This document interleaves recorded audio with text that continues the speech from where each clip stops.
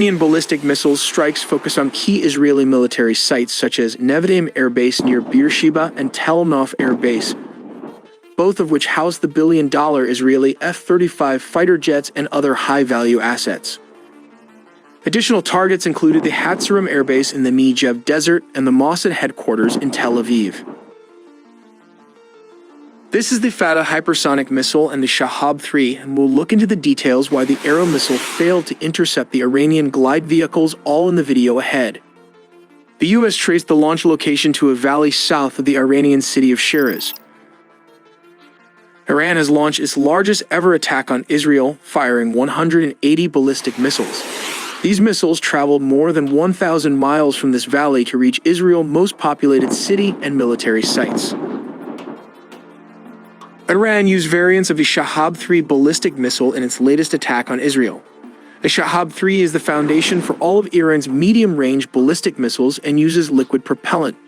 It can carry a warhead weighing between 760 and 1,200 kilograms, which translates to 1,675 and 2,645 pounds. How it works. Step 1. The missile is positioned at a 90-degree angle and then fired. Step 2. The ballistic missile's trajectory takes it outside or near the edge of Earth's atmosphere. Step 3. The warhead payload separates from the rocket that carried it aloft and re-enters the atmosphere, descending towards its target. Step 4. The missile can carry a single or multiple warheads, depending on the variant. The warhead separates from the single-stage rocket after it has traveled about more than half the distance to its target. The most prolific Scud variants had a circular error probable of 300 to 450 meters. This means that 50% of the missiles fired at a target would land within a circle of that diameter. This is the Fatah 2, the successor to the Fatah 1. It was used for the first time and is one of Iran's advanced missile systems. This missile is equipped with a hypersonic glide vehicle. Inside it is the warhead, which detaches and allows the missile to maneuver and glide at speeds between Mach 5 and 10. The missile has a range of around 1,500 kilometers, only slightly more than its predecessor, the Fatah 1. What sets it apart from other ballistic missiles is its ability to accelerate outside the Earth's atmosphere, while its aerodynamic control surfaces enable steering to evade the famous Arrow missile's defense system made by Israel. But first, let's look at what is a hypersonic missile. Hypersonic missiles are a challenging technology to master because they are so fast that if the US launched a Scramjet missile, it could reach China in just 18 minutes, traveling at speeds of Mach 5 and above. These Scramjet engines collect oxygen from the atmosphere as they travel, mixing it with hydrogen fuel to create the combustion needed for hypersonic flight. Meanwhile, glide hypersonic vehicles like the Chinese Dongfeng 17 became the first to integrate into production with conventional and nuclear warheads. They are also designed to target US aircraft carriers, as they can change their trajectory mid-flight. This US Arrow AGM hypersonic weapon is a missile within a missile which pops out its cover and uses only the glide vehicle kinetic energy as a weapon, and not to forget the Russian hypersonic missile like the Kinzhal. To qualify as a hypersonic missile, it must possess 3 key attributes: speed, maneuverability, and accuracy. Let's look at speed. As we all know, Mach 1 represents the speed of sound, which serves as our benchmark. To better understand this, let's make a few comparisons. Commercial airliners, for example, fly subsonically, just below Mach 1. In contrast, modern fighter jets can travel supersonically, reaching speeds of Mach 2 or 3. When we refer to hypersonic speeds, we're talking about anything Mach 5 and above. Space shuttles are an example of vehicles that travel hypersonically, often reaching speeds between Mach 20 and 24. But these can travel only for short distances at this speed. To sum it up, a hypersonic missile should cross Mach 25, which is around 19,000 miles per hour. But wait, that's not it. Hypersonic missiles should also have the capability of covering vast distances, such as from New York to Russia or from China to Texas and vice versa. Before we looked into how Fatah missiles managed to penetrate Israeli air defense, we have to understand how Arrow 3 missile works. The Arrow missile defense system consists of 3 basic parts: the missile launcher unit, the Green Pine radar antenna, and the Arrow missile. The missile launcher unit is composed of 6 erector launcher tubes housing ready-to-fire missiles. Positioned at the rear of a two-axle trailer, each launcher, when fully loaded with 6 launch tubes carrying ready-to-fire missiles, weighs 35 tons. The Green Pine radar serves as the warning and fire control radar for the Arrow 3 anti-ballistic air defense missile system. It plays a crucial role in target detection and guidance. The Arrow operates as a 2-stage missile. Let's look inside this engineering technology. This is the solid propellant booster and sustainer rocket motors. At the rocket's peak sits the ignition chamber, triggering the combustion of the solid propellant when activated. This propellant isn't just any substance. It's a meticulously crafted blend of fuel and oxidizer poured into a casing and then cured. Encasing this blend is a protective shell called the motor case. At the core of the rocket lies the propellant burning zone. Here, the solid fuel and oxidizer react, producing incredibly high-temperature combustion gases, which helps to launch the rocket at incredible speed above the Earth's surface.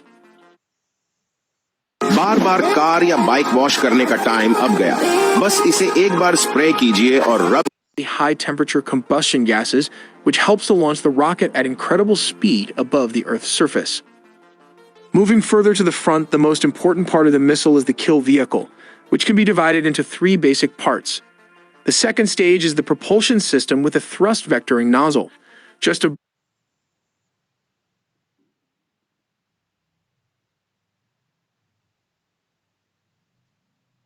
above it is the warhead, a directed high-explosive fragmentation weighing 150 kilograms, which translates to 330 pounds. The third stage is the seeker, capable of pivoting itself to track its target. But what's the big deal about this long-range anti-ballistic missile system? Let's start with the propulsion system. The famous THAAD, Terminal High Altitude Area Defense, uses a divert attitude control thrusters. In comparison to the Arrow 3 kill vehicle, which utilizes a thrust vectoring nozzle with a solid fuel rocket, it has a shorter and more limited burn time. It has a few advantages, one of them being the ability to compensate for a lack of radar accuracy. When the radar sends the interceptor to an inaccurate target location, the Arrow 3 kill vehicle can adjust its trajectory.